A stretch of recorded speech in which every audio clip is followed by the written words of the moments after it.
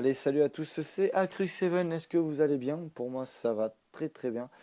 On se retrouve donc pour une première vidéo sur cette chaîne YouTube et qui va être un peu dédiée à la présentation de ma chaîne, à ce jeu, The Last of Us remasterisé sur PS4 et un peu aussi à la PS4, pourquoi pas, parce qu'il faut en parler de cette nouvelle plateforme. Donc voilà, donc le premier point, j'ai dit que c'était la présentation. La présentation, donc voilà, moi c'est Acrux7, c'est ma nouvelle chaîne. Et ce que vous devez savoir aussi, c'est que j'ai eu une chaîne auparavant, une chaîne YouTube qui comptait exactement, je me le suis noté sur le papier, ne le touchez pas, 2345 abonnés. Et je tournais, je ne sais plus à combien de vues par vidéo, mais c'était pas mal. Enfin, je trouvais ça, à partir du moment où il y a des gens qui nous suivent, en fait, je trouve ça vraiment super la chaîne YouTube. Mais vous allez vous demander pourquoi tu as arrêté ta chaîne YouTube si tu trouvais ça super et si tu adorais faire ça et si tu reprends maintenant, pourquoi t'as arrêté? J'ai arrêté tout simplement pour les études parce que voilà, parce que j'étudie pas mal et j'ai dû donc mettre un terme à cette aventure parce que voilà, ça devenait plus possible. Poster une vidéo tous les 2 mois sur YouTube, ça n'a plus trop de sens. Mes abonnés aussi, je voyais très bien qu'à force, ils remarquaient même plus quand j'en mettais une, enfin un petit nombre, hein. Et donc voilà, il faut être quand même assez assidu. Vous êtes assidu pour regarder mes vidéos. La moindre des choses, c'est que je sois assidu pour présenter ensuite un bon travail. Donc voilà, trêve du passé. Maintenant, je vais un peu vous parler de cette PS4 et de pourquoi je suis passé de Xbox 360 à PS4. Ce qu'il faut savoir, c'est que sur mon ancienne chaîne, j'étais sur Xbox 360, j'ai enregistré avec un Elgato Gaming HD, donc un très bon enregistreur. Si vous êtes encore sur 360 ou sur PS4, sur PS3, pardon, je vous le conseille, c'est vrai que ça enregistre pas mal. Attention à avoir un bon ordinateur, mais sinon c'est vraiment du bon travail. Donc pourquoi je suis passé de Microsoft à Sony? Parce que c'est vrai que c'est quand même quelque chose qui claque en fait, parce que voilà, Microsoft va essayer de vous vendre son produit le mieux pour que vous rachetez une Microsoft ensuite, et la PS4 va elle aussi vous attirer. Donc qu'est-ce qui a fait que je suis allé sur PS4? En vérité, ça va pas être les 100 euros comme la plupart des gens, les 100 euros du,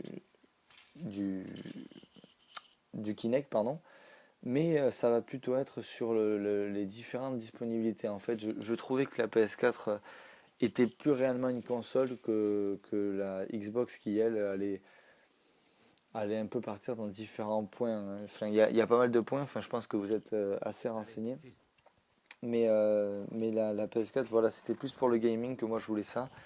Et contrairement, pour une fois, en fait, alors que j'ai toujours défendu ce point sur Xbox 360 et sur Microsoft, pour une fois, je trouvais la manette PS4 plus maniable que la manette Xbox. Je sais que je suis le premier à avoir défendu les différents joysticks, les joysticks inversés avec le joystick gauche vers le haut et le joystick droit vers le bas pour la Xbox, contrairement à la PS4 avec deux joysticks au même niveau.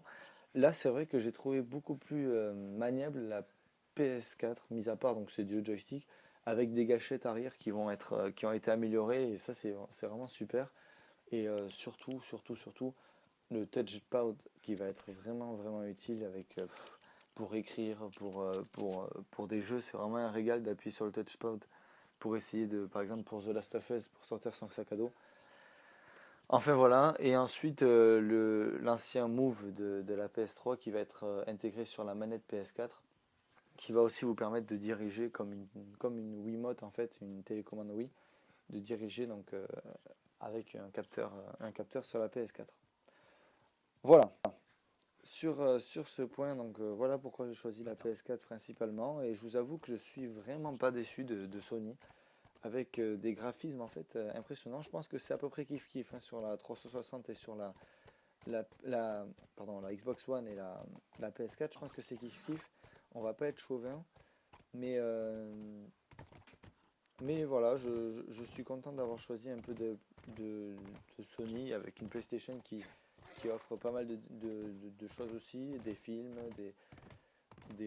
un PlayStation Plus qui vous offre pas mal d'avantages aussi. Si je peux avoir un petit point négatif, c'est que voilà, Sony s'est toujours défendu de ne pas faire payer son live.